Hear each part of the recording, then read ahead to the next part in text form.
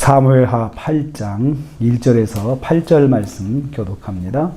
오늘 말씀은 다윗이 동서남북 어느 지역에서든지 승리하는 것을 내용으로 하고 있습니다. 그 후에라고 했습니다. 7장에 하나님께서 다윗에게 축복을 약속하신 그 후를 말합니다. 하나님의 축복의 약속을 받은 축복의 약속을 받은 다윗이 어떻게 되었는지 이제 8장부터 설명을 해주고 있습니다. 정치 외교적으로 국제사회에서 강력한 영향력을 세우는 왕권을 가지게 되었다는 것입니다. 첫째로 다윗이 블레셋과 모압을 굴복시켰다. 1절과 2절에 말씀하고 있습니다. 블레셋은 이스라엘의 서쪽에 있는 강력한 도시국가고요. 모압은 이스라엘의 동남쪽에 있는 그 나라입니다. 이 나라를 동남쪽에 있는 나라와 그다음 서쪽에 있는 나라를 일단은 정복을 한 거죠. 그래서 국제적으로 외교적으로 그리고 주변 나라들이 이스라엘을 위협하지 못하도록 그렇게 단속을 하는 것을 말하고 있습니다. 블레셋을 공격해서 항복을 받았습니다. 블레셋은 막강한 군사력을 가진 나라였습니다. 그리고 다윗이 망명했던 그런 나라였고, 정말 다윗에게는 굴복이 참 많은 개인적인 그런 사연이 있는 나라인데 그 나라를 정복해서 굴복을 시켰습니다. 대표적인 도시인 메덱 암마를 빼앗았습니다. 빼앗아서 상징적으로 그곳을 다스린 거죠. 그래서 이 나라는 이제 다윗의 권세 아래에 있다라는 것을 보여주는 것입니다. 이를 통해서 다윗은 서쪽 지역으로부터 오는 위협을 막았습니다. 이어서 다윗은 동쪽의 모압을 쳐서 완전히 굴복시켰습니다. 이스라엘에게 복종을 거부한 3분의 2의 사람, 줄로 재어서 두 줄 길이의 사람이라고 해서 키 큰 사람을 말하는 게 아니고 사람들 쭉 늘어나서 두 줄 길이, 두 줄 길이의 사람들은 복종을 거부했다고 그래요. 그래서 이스라엘에게 복종하고 살겠다는 사람 3분의 1은 남겨두고 3분의 2는 이제 쳐 죽였다는 것입니다.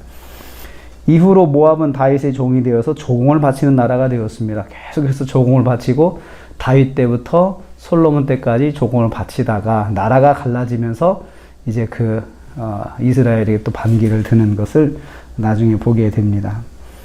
하나님의 축복은 강력한 영향력 있는 삶을 살게 하시는 것입니다. 영향력 있는 삶은 하나님의 축복에 해당하는 것입니다. 둘째로 북쪽의 소바와 아람을 굴복시켰습니다.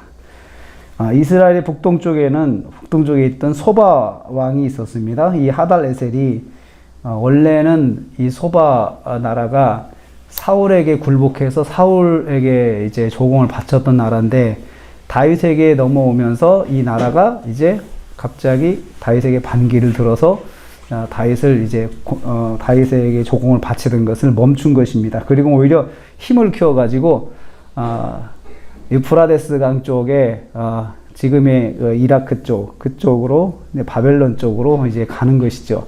힘을 키워서 전쟁을 일으켰는데 다윗이 그들을 공격한 것입니다. 공격해서 그들을 정복시켰습니다. 4절입니다. 이때 아람 왕이 소바를 지원하려고 또 군대를 동원해가지고 다윗과 맞섰는데 이것도 다윗이 그 기회에 아람도 정복을 한 것입니다. 그래서 아람도 정복해서 그곳에 수비대를 두고 조공을 바치게 했다. 아람 나라가 조공을 바치게 되었다라는 것입니다. 그래서 갑자기 다윗이 강력한 국방력도 가지게 되고 외교력도 가지게 되고 주변 나라들로부터 다윗이 이제 조공을 받는 그런 강력한 왕권을 가지는 것을 보게 되는 것입니다.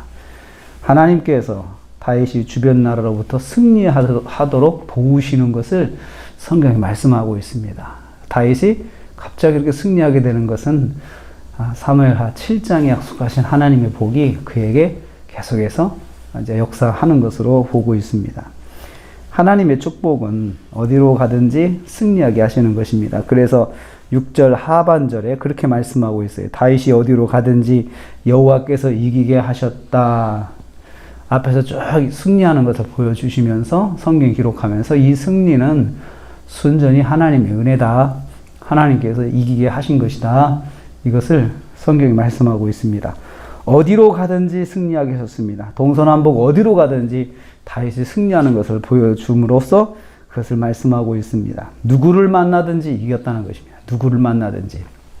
그러니까 다윗이 이제 왕권을 가지고 통치하기 시작하니까 사방이 적인 거예요. 사방이 다윗에게 도전해요. 다윗이 도망다니는 시절에는 적이 많지 않았습니다. 사울밖에 없었습니다. 그랬는데 왕이 되니까 사방이 적이에요. 그렇습니다. 그만큼 사회적으로 위치가 올라가면 더 어려운 게 많은 것입니다. 사방이 공격하는 사람들이에요. 사방이. 이때 우리는 어떻게 해야 되냐? 하나님께서 어디를 가든지 이기게 하시는 복이 있어야 된다는 거죠. 어떻게 하든지 간에. 그래서 다윗을 대적하는 나라들이 다 다윗에게 굴복하게 만드셨어요. 다윗이 똑똑해서가 아니고 하나님께서 순전히 복을 주신 거예요. 그것을 성경에 말씀하고 있습니다. 그리고 많은 전리품을 모으게 하셨습니다. 금방패를 빼앗아서 예루살렘을 가져왔고요. 금을 많이 가지고 왔는데 성전 건축하려면 금이 많이 필요하잖아요. 이거 금 모으게 됐고요. 그 다음에 많은 놋을 빼앗았다. 놋은 성전의 기구를 만드는데 필요한 것이 놋이거든요. 이것도 하나님께서 이때 다 모으게 하신 거죠. 그래서 훗날 이것들이 성전 건축의 자료가 되었습니다. 다윗에게 장차 필요한 것들을 하나님께서 하나하나 모으도록 준비를 시켜주신 것입니다. 하나님의 축복은 필요한 것을 얻게 하시는 것입니다. 그래서 우리가 하나님 그렇게 구할 수 있습니다. 제게 이런 거 필요한데 하나님 허락해 주옵소서 할 수 있습니다. 또 이렇게 기도할 수 있습니다. 어디를 가든지 주님 승리하게 하옵소서 이렇게 기도할 수 있습니다. 또 기도할 수 있습니다. 하나님 어디를 가든지 영향력 있는 삶을 살게 하옵소서. 주변 사람들에게 좋은 선한 영향력을 끼치는 그런 믿음의 사람, 복된 사람 되게 하옵소서. 이렇게 기도할 수가 있습니다. 오늘 하루를 시작합니다. 어디를 가시든지 다윗처럼 영향력 있는 삶, 그리고 승리하는 삶, 그리고 하나님께서 필요한 것들을 공급해 주시는 삶이 되시는 하루가 되시기를 주님의 이름으로 축복합니다. 하나님 감사합니다.